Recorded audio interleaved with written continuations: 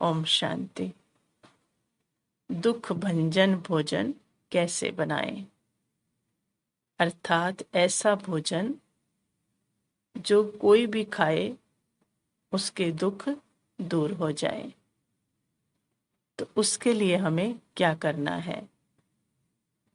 पहले तो जो भी हमें भोजन बनाना है उसको परमात्मा की याद में बनाना है।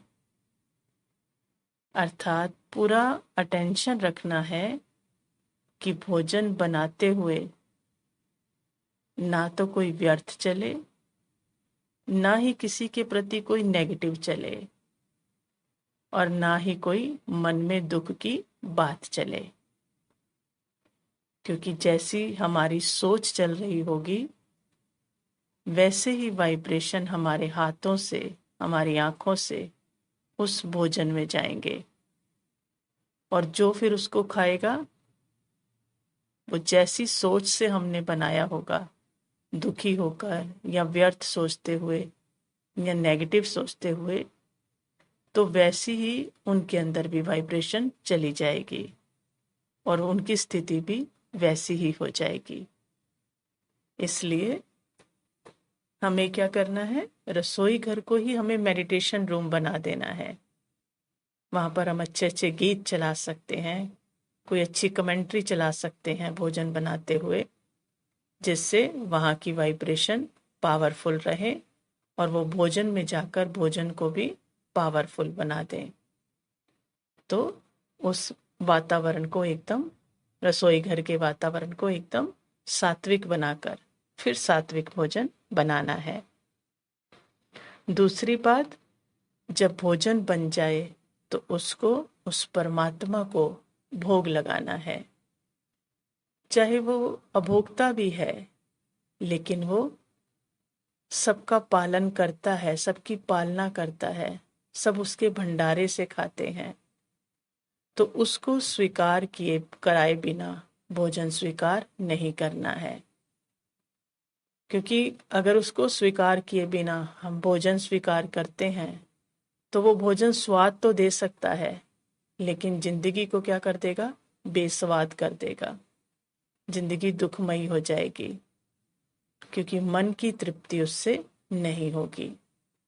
तो बनाकर अच्छे से याद से और भोग लगाना है और फिर याद में ही खाना है, तो वो भोजन सारे दुख दूर कर देगा।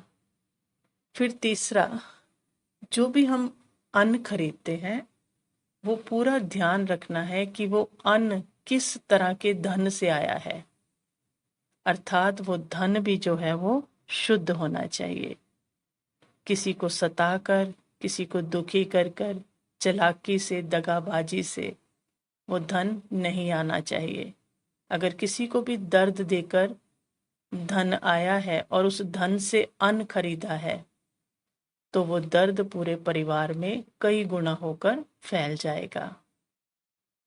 और एक बात और, कि जो इस धन को कमा रहा है अगर वो बहुत चिंता में रहता है, चिंता से कमाता है धन को और फिर उससे अन्न लेता है और वो अन्न उसका पूरा परिवार खाता है, तो वो चिंता पूरे परिवार में फैल जाएगी, कई गुना होकर फैलेगी। और चिंता तो क्या होती है? चिता समान होती है और चिता पर रहने वाला कभी भी खुश नहीं रह सकता। इससे स्थिति क्या होगी? ऊपर नीचे होती रहेगी। आत्मा की स्थिति चिंता में रहेगी ना, और याद में रहकर बनाया नहीं है तो जो खाएगा उसकी स्थिति भी ऊपर नीचे होती रहेगी। और तीसरी बात, जो भी भोजन ये बना रहा है अगर वो एकदम पवित्रता की धारणा में है तो वो जब ये भोजन बनाएगा तो उस भोजन में क्या आ जाएगी? कई गुना ताकत आ जाएगी। तो ताकत आने से फिर क्या होगा? ये भोजन जो है, ये अन्न जो है, दवाई का काम करेगा, दुआ का काम करेगा। किससे? एक तो परमात्मा की याद से, दूसरा शुद्ध अन्न इसमें लगा है, और तीसरा पवित्रता की धारणा वाला बना रहा है। तो अन्न क्या बन गया? दवाई का काम करेगा। और दुआ का काम करेगा। ये अन्न कभी भी नुकसान नहीं कर सकता। तो हमने ये समझ में आए ये बात कि जो भोजन हमें बनाना है उसमें क्या हो, तन भी शुद्ध हो, मन भी शुद्ध हो और धन भी शुद्ध हो। तन मन धन जिस अन्न में शुद्ध लगे हुए हैं वो अन्न दुख भंजन भोजन बन जाएगा। तन भी पवित्र है जिसका ब्रह्मचर्य की धारणा है, मन भी पवित्र है अर्थात मन से जो कोई नेगेटिव नहीं चला रहा और उसके मन में परमात्मा की याद है, और जो धन भी जो है वो भी शुद्ध आया हुआ है, पाप की कमाई नहीं है और चिंता में नहीं कमाया हुआ।